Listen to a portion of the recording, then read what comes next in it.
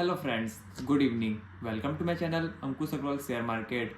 Market आज भी unstable, कोई स्टेबिलिटी मार्केट में दिख रही नहीं है और मार्केट का चाल समझ पाना बहुत ज़्यादा मुश्किल हो गया है। ठीक ठाक गिरावट के साथ खुलते हैं, फिर सेकेंड हाफ में कुछ बाइंग आती है, फिर ओवरऑल मार्केट का स्ट्रक्चर सेम हो जाता है। तो मेरे को लगता है कि मार्केट को बढ़ाने का खाली एक ही रीजन बचा है, एक ही उपाय बचा है बोल सकते हैं। मोदी जी को फिर पार्लियामेंट में आके बोलना पड़ेगा कि शेयर को खरीदो, जो एक साल पहले लगभग पार्लियामेंट में बोले थे। तो जब बुल मार्केट रहता है तो कोई कुछ ही बोलता है तो इम्पैक्ट पड़ता है, पॉजिटिव इम्पैक्ट पड़ता है, और बेयर मार्केट में सबकी बोलती बंद भी हो जाती है और कोई कुछ बोलना भी नहीं चाहता है। तो मेरे को लगता है मोदी जी को फ्रंट फुट में आना चाहिए और बोलना चाहिए कि शेयर खरीदो, लेकिन अभी कोई कुछ बोलेगा नहीं क्योंकि बेयर मार्केट है। लेकिन समझने की बात यह है और प्रॉब्लमेटिक बात यह है कि जो विक्स है, विक्स अभी भी 15-16 में है और 20 का लेवल को तो पार कर ही रही है। तो जब विक्स अगर 25-26 पहुंचेगा तब पैनिक मोड ऑन होगा। तो अभी पैनिक मोड ऑन हुआ नहीं है, मार्केट एकदम विक्स एकदम ऐसा दिखा रहा है कि कोई प्रॉब्लम वाली बात है ही नहीं। तो जब प्रॉब्लम वाली बात है ही नहीं मार्केट के लिए, तो मार्केट का हाल ये है। और अगर जब विक्स 25-26 पहुंच जाएगा तो मार्केट का हाल क्या होगा, ये सोचने की बात ज़्यादा है। लेकिन हमको लग रहा है पैनिक लग रहा है, इंडिविजुअल इन्वेस्टर को पैनिक लग रहा है, लेकिन मार्केट अपने हिसाब से काम एंड कंपोज है। तो ये बहुत बड़ा एक गैप है। और अगर एक मान के चलने, अगर आरएसआई इंडेक्स को जो टेक्निकल वाले ज़्यादा रिलेट कर पाएंगे, तो आरएसआई इंडेक्स 2-3 दिन से 30 में आ चुका है, मतलब ओवरसोल्ड हो चुका है। तो ओवरसोल्ड से और ओवरसोल्ड हो रहा है और ओवरसोल्ड हो रहा है, मिड कैप स्मॉल कैप की ढुलाई पिटाई जा रही है। लेकिन देखने की बात यह है कि जब टेक्निकल वाले बोलते हैं कि ओवरसोल्ड हो गया आरएसआई, मतलब बाइंग अपॉर्चुनिटी है, लेकिन बाइंग देखने को मिल रही नहीं है। तो जितने भी विक्स से भी फेवर नहीं मिल रहा है, आरएसआई से भी फेवर नहीं मिल रहा है, तो देखना ये पड़ेगा कि मार्केट में तेजी आएगी कैसे। आरएसआई भी बोल रहा है कि खरीदो, लेकिन कोई खरीद रहा नहीं है। तो मेरे को लगता है अल्टीमेटली मार्केट का जो शेयर प्राइस का आउटकम है वो डिमांड और सप्लाई में है। तो डिमांड तब बढ़ेगा जब पैसा डलेगा, और पैसा भी किसी के पास है नहीं, क्योंकि एफआईआई तो खरीद रहे हैं नहीं, दूर दूर तक भाग रहे हैं। और जो रिटेल है, रिटेल के मेरे को लगता है पैसा जो है वो धीरे धीरे कम होके पूरा डाल चुके हैं मार्केट में, पैसा उनके पास बचा नहीं है। तो चढ़ने के लिए तो कुछ ना कुछ कैटलिस्ट चाहिए, रादर पैसा चाहिए, तो पैसा किसी के पास है नहीं, इसलिए प्रॉब्लम की बात है। लेकिन अगर टीवी चैनल, न्यूज़ चैनल खोल के अगर हम लोग देखेंगे तो उसमें बता रहे हैं इन्वेस्टर लोग, वेटरन इन्वेस्टर लोग आ रहे हैं, बोल रहे हैं कि मार्केट गिर रहा है, अभी ये फॉल है, कुछ दिन में बॉटम आ जाएगा, लेकिन अभी और रिकवरी देखने को मिलेगी कि नहीं।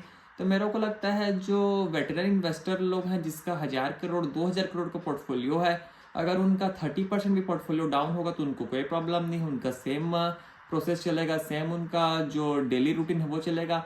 लेकिन जो रिटेल इन्वेस्टर हैं, जो 10 लाख 20 लाख 50 लाख 1 करोड़ 2 करोड़ लगाए हैं, उन लोग का अगर 30% गिरेगा तो उनको इम्पैक्ट पड़ेगा। तो देखने की बात यह है, प्रॉब्लम वाली बात वहाँ पर आती है जब रिटेल इन्वेस्टर का पैसा जब जाता है तो उनका कॉन्फिडेंस भी जाता है और साथ साथ वो मार्केट में निकल भी जाते हैं। तो प्रॉब्लम की बात यहाँ पर आती है। और जो भाषणबाजी करते हैं उन लोग का तो 1000-2000 करोड़ का पोर्टफोलियो रहता है, तो उनको इम्पैक्ट कुछ ज़्यादा रादर पड़ता नहीं है। लेकिन देखने की बात यह है कि जो कंपनी के रिजल्ट आ रहे हैं, कंपनी के रिजल्ट जो इतने गंदे आ रहे हैं, खराब आ रहे हैं, तो कंपनी के मैनेजमेंट से बात करने से भी उनका कहना यह है कि जो अंडरलाइन इकोनॉमी है वही सुस्त पड़ी है। तो वो क्या कर सकते हैं, तो इकोनॉमी की जो ग्रोथ धीमी पड़ी है उसके चलते मार्केट, जो शेयर मार्केट की कंपनी है उसमें भी ग्रोथ नहीं दिख रहा है, तो वो ब्लेम कर रहे हैं इकोनॉमी को। और जो कंपनी है वो तो टाटा फिश ऑलरेडी है। तो देखने की बात बस ये होती है कि तेजी आएगी कैसे। हर तरफ से कैटलिस्ट ढूंढ रहा है मार्केट कि कुछ प्रकार से तेजी आए, लेकिन कहीं ना कहीं से प्रॉब्लम आई जा रहा है। लेकिन बात करते हैं डोनाल्ड ट्रंप की, तो डोनाल्ड ट्रंप भी जब से 20 जैन से जब से कुर्सी में बैठे हैं तब से कुछ ना कुछ प्रॉब्लम वो कर ही रखे हैं, कुछ ना कुछ डेली टैरिफ टैरिफ टैरिफ कर रहे हैं। तो अब उनका मेजर फोकस अब इंडिया में आ रहा है, सब वर्ल्ड में घूम फिर के अब वो बोल रहे हैं कि इंडिया जितना टैरिफ लगा रखा है यूएस में, उतना ही टैरिफ अब यूएस लगाएगा इंडिया में। तब उसके चलते क्या है, जो सॉफ्टवेयर कंपनी है, जो इंडिया में लिस्टेड कंपनी, जिसका ज़्यादा करके रेवेन्यू 40% 50% तक अमेरिका से आता है, वो अभी से गिरना चालू हो गए हैं। तो कुछ ना कुछ अब बहाना चाहिए गिरने के लिए। जब मार्केट का कंडीशन का खराब रहता है, मूड खराब रहता है, तो कुछ ना कुछ कैटलिस्ट चाहिए रहता है गिरने के लिए। तो अब इन कंपनियों को मौका मिल गया है गिरने के लिए, अब ये लोग गिर रहे हैं। लेकिन एक और बाकी न्यूज निकल के आ रही है कि जो एलन मस्क की टेस्ला है वो इंडिया में एंटर करेगी। तो उसके चलते जो टाटा मोटर्स है कि महिंद्रा है, जो ये लोग ईवी में अब ज़्यादा फोकस कर रहे हैं कि अब मारुति भी आ रही है आगे, तो उनके लिए प्रॉब्लम देखने को मिल सकती है। मेरे को लगता है सेंटिमेंटल इम्पैक्ट ज़्यादा पड़ेगा रादर देन जो मेन इम्पैक्ट है, क्योंकि अभी ऑपरेशंस चालू होगी, कब इनकी गाड़ी बनेगी, कब सेल होगा, कब क्या होगा। लेकिन फॉर द मोमेंट के लिए इमोशनल इम्पैक्ट जरूर पड़ रहा है। देखने के लिए बात ये है।